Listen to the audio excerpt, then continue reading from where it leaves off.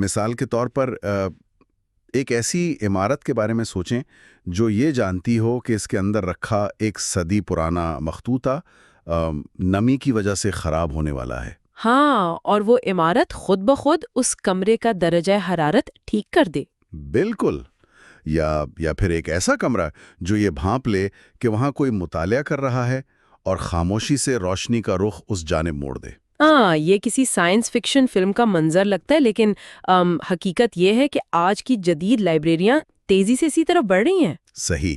ماضی میں تو لائبریری محض ایک خاموش کمرہ اور پرانی کتابوں کا ایک ساکت گودام ہوا کرتی تھی، لیکن آج ٹیکنالوجی کی بدولت یہ عمارتیں ایک جاگتے اور سانس لیتے ہوئے ذہین نظام میں تبدیل ہو چکی ہیں۔ اصل میں یہ ایک ایسا ارتقا ہے جس نے علم کے حصول اور معلومات کے انتظام کے پورے ماحولیاتی نظام کو ہی جڑ سے بدل دیا ہے۔ ٹھیک ہے، آئیے اس کا تفصیلی جائزہ لیتے ہیں۔ آج کی اس تفصیلی گفتگو میں ہمارے پاس جو بنیادی مواد موجود ہے وہ انفارمیشن مینجمنٹ اور جدید لائبریری سائنسز کی حالیہ تحقیق پر مبنی ہے۔ اور اس کا مقصد بھی یہی ہے کہ سمجھا جائے کہ یہ روایتی لائبریریاں RFID اور سینسرز کی مدد سے سمارٹ کیسے بن رہی ہیں۔ بالکل، اور سب سے اہم بات یہ کہ علم کو محفوظ رکھنے کا یہ نیا طریقہ کار دراصل کام کیسے کرتا ہے۔ یہاں جو بات سب سے حیران کن ہے وہ یہ ہے کہ یہ ٹیکنالوجیز نہ صرف کتابوں جیسی قیمتی اشیاء کی حفاظت کر رہی ہیں بلکہ انسانوں کے پڑھنے کے ماحول کو بھی بدل رہی ہیں، ہے نا؟ جی بالکل، یہ پڑھنے اور سیکھنے کے ماحول کی نفسیات کو ایک مکمل طور پر نئے سانچے میں ڈھال رہی ہیں۔ یہ صرف کتاب ڈھونڈنے کا نیا طریقہ نہیں ہے، یہ اس بات کی آزر نو تعریف ہے کہ ہم علم کے ساتھ کیسے جڑتے ہیں۔ اچھا، اگر ہم لائبریری کے سب سے بنیادی کام کو دیکھیں تو وہ ہمیشہ سے کتابوں کا لین دین ہی رہا ہے۔ صحیح۔ کوئی قاری آتا ہے، کتاب تلاش کرتا ہے، اسے جاری کرواتا ہے اور واپس کرتا ہے۔ کئی دہائیوں سے اس کام کے لیے بارکوڈز کا استعمال ہو رہا ہے۔ لیکن موجودہ تحقیق بتاتی ہے کہ بارکوڈ کا طریقہ اب انتہائی فرسودہ اور سست ہو چکا ہے۔ بالکل، جدید نظام اب RFID یعنی ریڈیو فریکوینسی آئیڈینٹیفیکیشن پر منتقل ہو رہے ہیں۔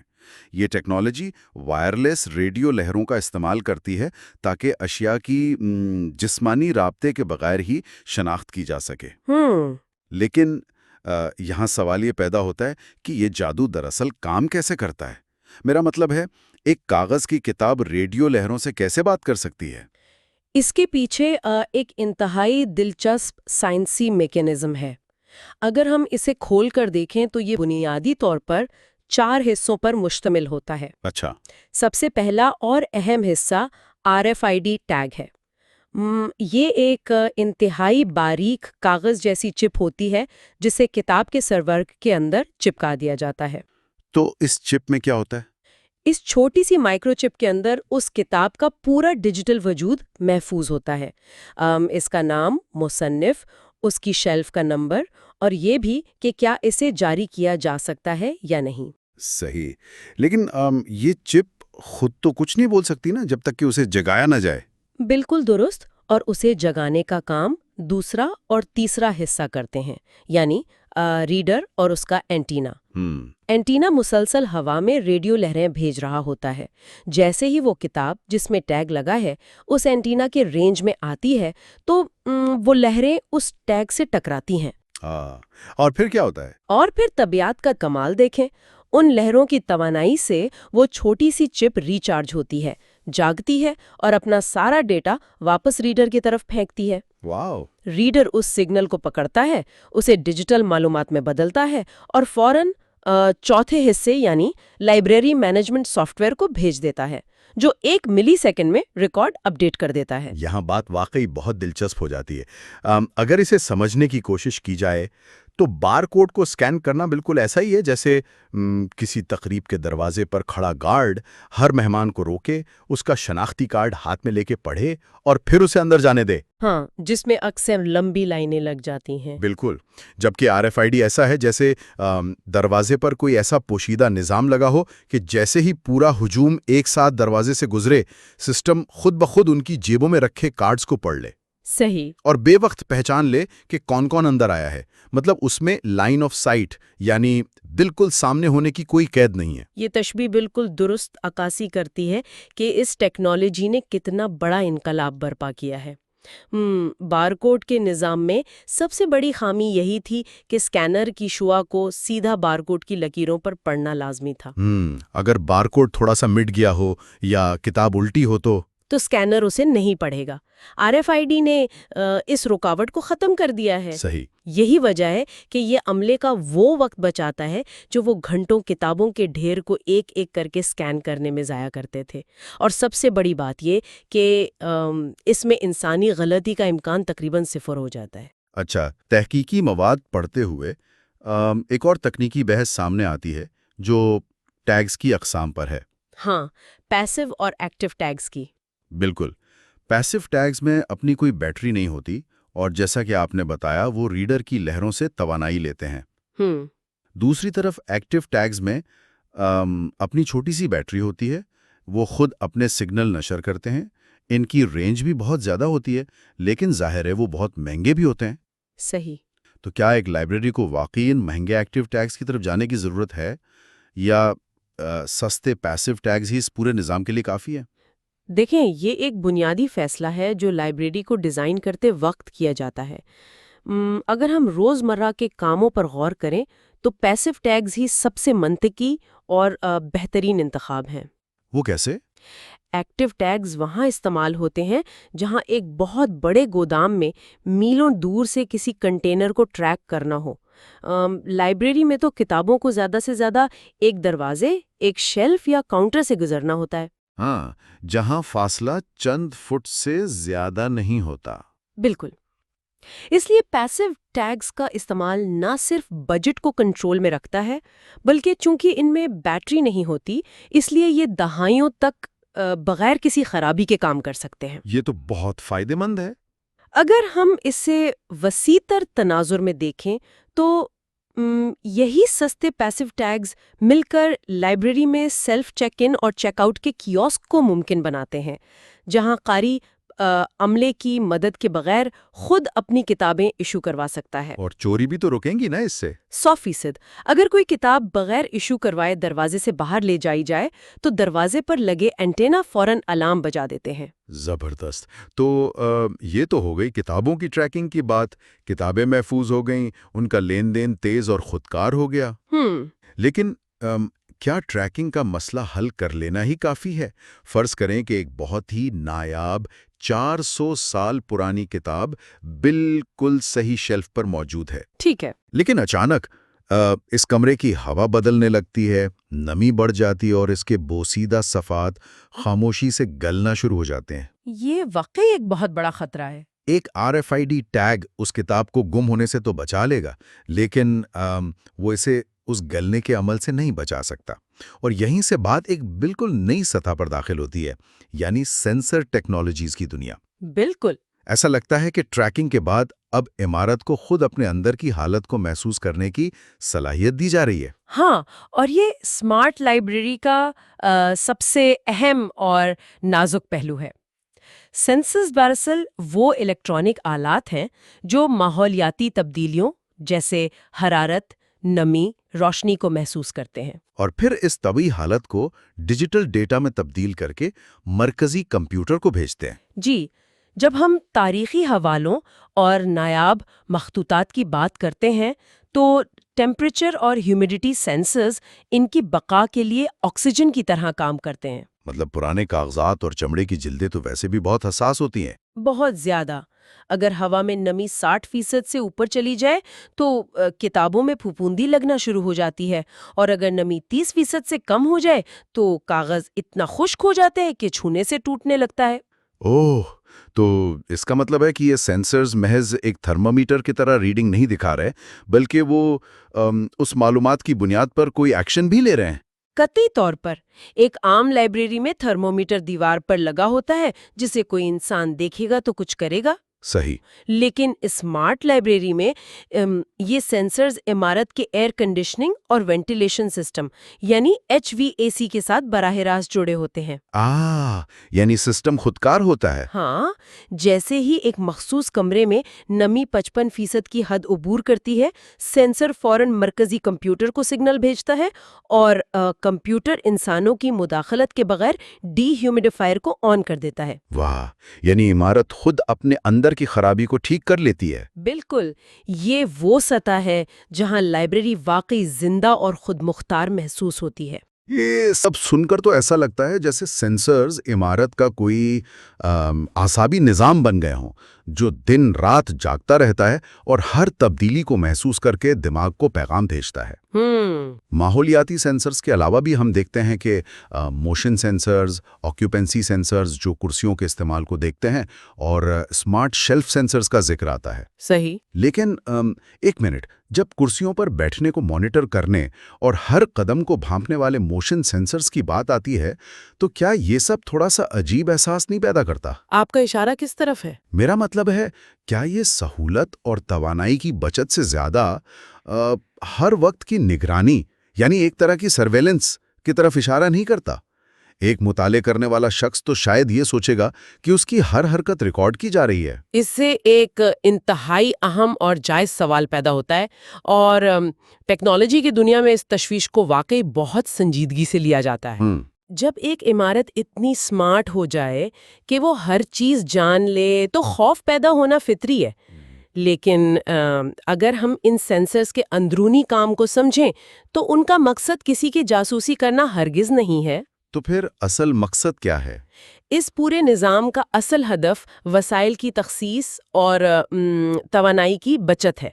آکیوپینسی سینسرز یہ نہیں دیکھتے کہ فلاں نام کا شخص کس کرسی پر بیٹھا ہے. اچھا. وہ کیمرے نہیں ہیں، وہ صرف حرارت یا دباؤ کو محسوس کرتے ہیں اور سسٹم کو یہ بتاتے ہیں کہ تیسری منزل کے شمالی کونے میں اس وقت 15 نشستیں استعمال ہو رہی ہیں. تو اس مخصوص ڈیٹا کا لائبریری انتظامیہ کو کیا فائدہ ہوتا ہے اگر انہیں یہی نہیں پتا کہ وہاں کون بیٹھا ہے؟ فائدہ پیٹرنز کو سمجھنے میں ہے. اگر سسٹم بتاتا ہے کہ پچھلے 6 ماہ سے شام 4 بجے کے بعد تاریخ کے سیکشن میں کوئی نہیں جاتا، تو عمارت کا خودکار نظام اس حصے کی بتیاں اور ایئر کنڈیشنر بند کر دے گا. صحیح، جس سے توانائی اور پیسوں کی بچت ہوگی. بالکل. اور صفائی کرنے والے عملے کو بھی پتا ہوتا ہے کہ کون سا حصہ سب سے زیادہ استعمال ہوا ہے اور کہاں زیادہ صفائی کی ضرورت ہے.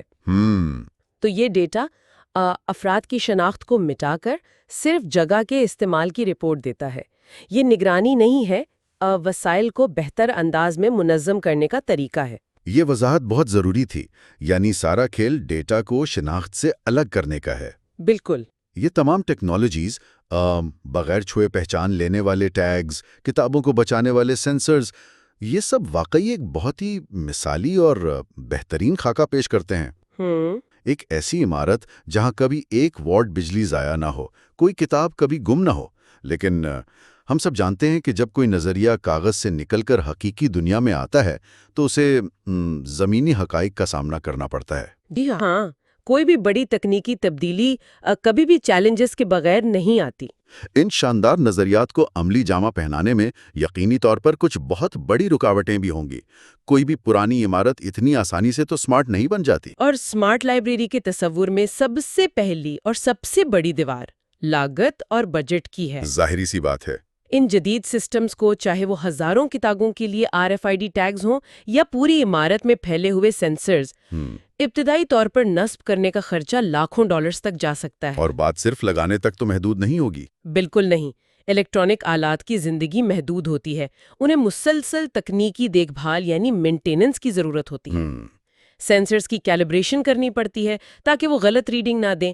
اس کے لیے ایک مکمل نیا IT کا بجٹ درکار ہوتا ہے جو روایتی لائبریریوں کے پاس عموماً نہیں ہوتا. تو اس سب کا اصل مطلب کیا ہے؟ اگر میں اسے ایک روزمرہ کی مثال سے سمجھنے کی کوشش کروں تو یہ بالکل ایسا ہی ہے جیسے آپ کسی 60 کی دہائی کی پرانی ونٹیج گاڑی کا انجن نکال کر اس میں کسی جدید ترین سپورٹس کار کا انجن فٹ کر رہے ہوں. بالکل، بہت عمدہ مثال ہے. ایک تو یہ انجن خریدنا اور فٹ کرنا بھی ذات خود مہنگا ہوگا، لیکن مسئلہ وہاں ختم نہیں ہوتا. اب اس گاڑی کو چلانے اور مرمت کرنے کے لیے پرانے میکینک تو کام نہیں آئیں گے؟ نہیں، بالکل بھی نہیں۔ آپ کو ایسے ماہرین کی ضرورت ہوگی جو اس نئے کمپیوٹرائزڈ نظام کو سمجھتے ہوں۔ بالکل اسی طرح لائبریری کے عملے کو جو ساری زندگی پرانے سافٹ ویئرز پر کام کرتا رہا ہے، اب اچانک آئی او ٹی اور کلاؤڈ کمپیوٹنگ کی ٹریننگ دینا ایک بہت بڑا چیلنج بن جاتا ہے۔ ہاں، اور اس تشبیہ کو اگر ہم مزید آگے بڑھائیں تو پرانی گاڑی میں نیا انجن فٹ کرنے کے دوران جو سب سے بڑا مسئلہ آتا ہے وہ پرانے پرزوں کو نئے انجن کے ساتھ جوڑنے کا ہوتا ہے۔ صحیح۔ ٹیکنالوجی کی زبان میں اسے سسٹم انٹیگریشن کہتے ہیں۔ جی۔ دنیا بھر کی زیادہ تر لائبریریاں آج بھی 15 یا 20 سال پرانے ڈیٹا بیس اور سافٹ ویئرز پر چل رہی ہیں۔